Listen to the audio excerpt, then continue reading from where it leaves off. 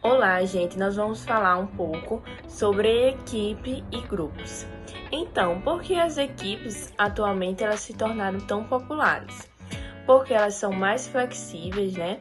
Elas reagem melhor às mudanças, elas facilitam a participação dos trabalhadores nas decisões operacionais e são uma forma eficaz de dirigentes promover a democratização de suas empresas e aumentar a motivação dos funcionários.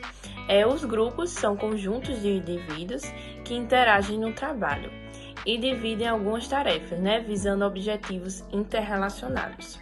Já as equipes são um tipo de grupo de trabalho, porém com três propriedades específicas. São elas as ações dos indivíduos, né, que devem ser interdependentes e coordenadas, e cada membro deve ter um papel específico determinado, e deve haver tarefas com o mesmo objetivo. Existem tipos diferentes de equipes. O primeiro é a equipe de resolução de problemas, que são grupos de 5 a 12 funcionários do mesmo departamento, que eles se reúnem algumas horas por semana para discutir formas de melhorar a qualidade, a eficiência e o ambiente de trabalho, tá? Aí o outro é o multifuncional, que é um grupo de funcionários do mesmo nível hierárquico, mas de diferentes setores da empresa que elas se juntam para cumprir uma tarefa. Também tem a autogerências, que são grupos de 10 a 15 funcionários que assumem muitas das responsabilidades de seus antigos supervisores. E tem a virtual, que são grupos que usam a tecnologia da informação para reunir seus membros fisicamente dispersos e permitir que eles atinjam um objetivo comum. E bom, para que ocorra a eficácia da equipe, é importante que tenha um contexto, uma composição e um processo.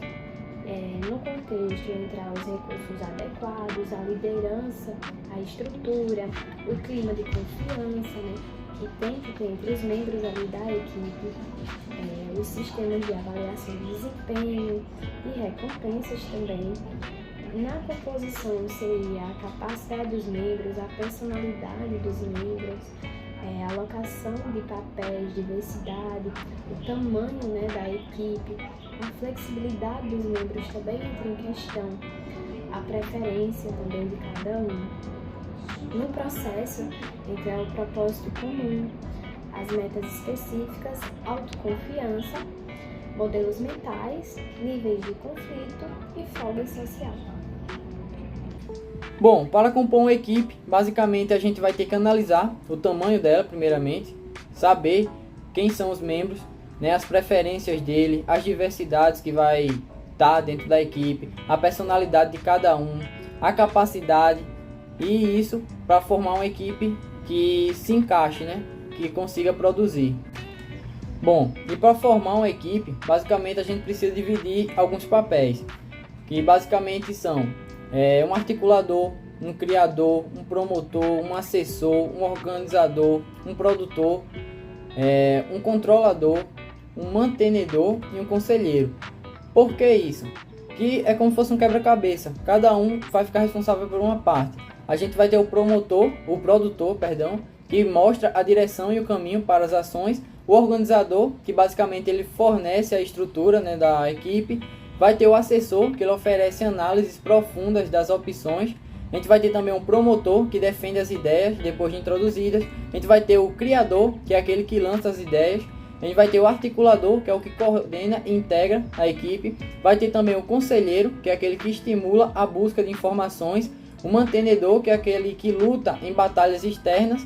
E vai ter o controlador, que examina o detalhe e faz cumprir as regras.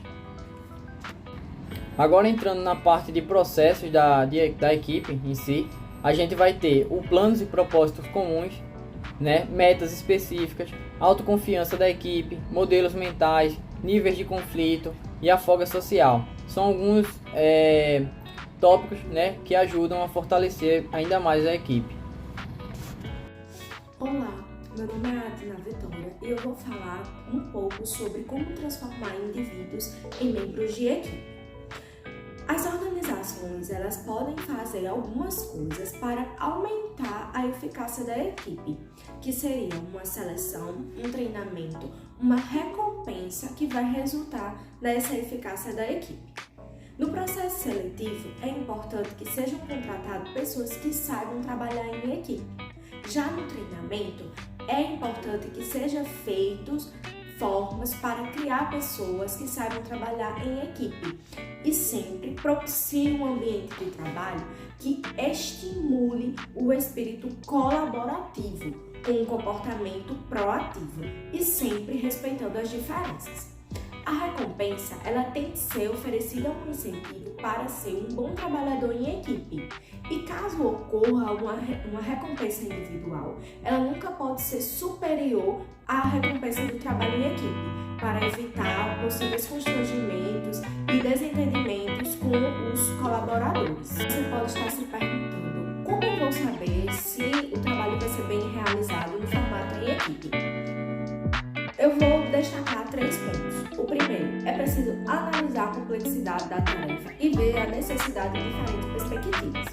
Segundo ponto, saber se a tarefa cria um propósito comum ou um conjunto de metas para os membros da equipe maior do que a soma dos seus objetivos individuais. E para finalizar, é importante determinar se os membros do grupo são interdependentes.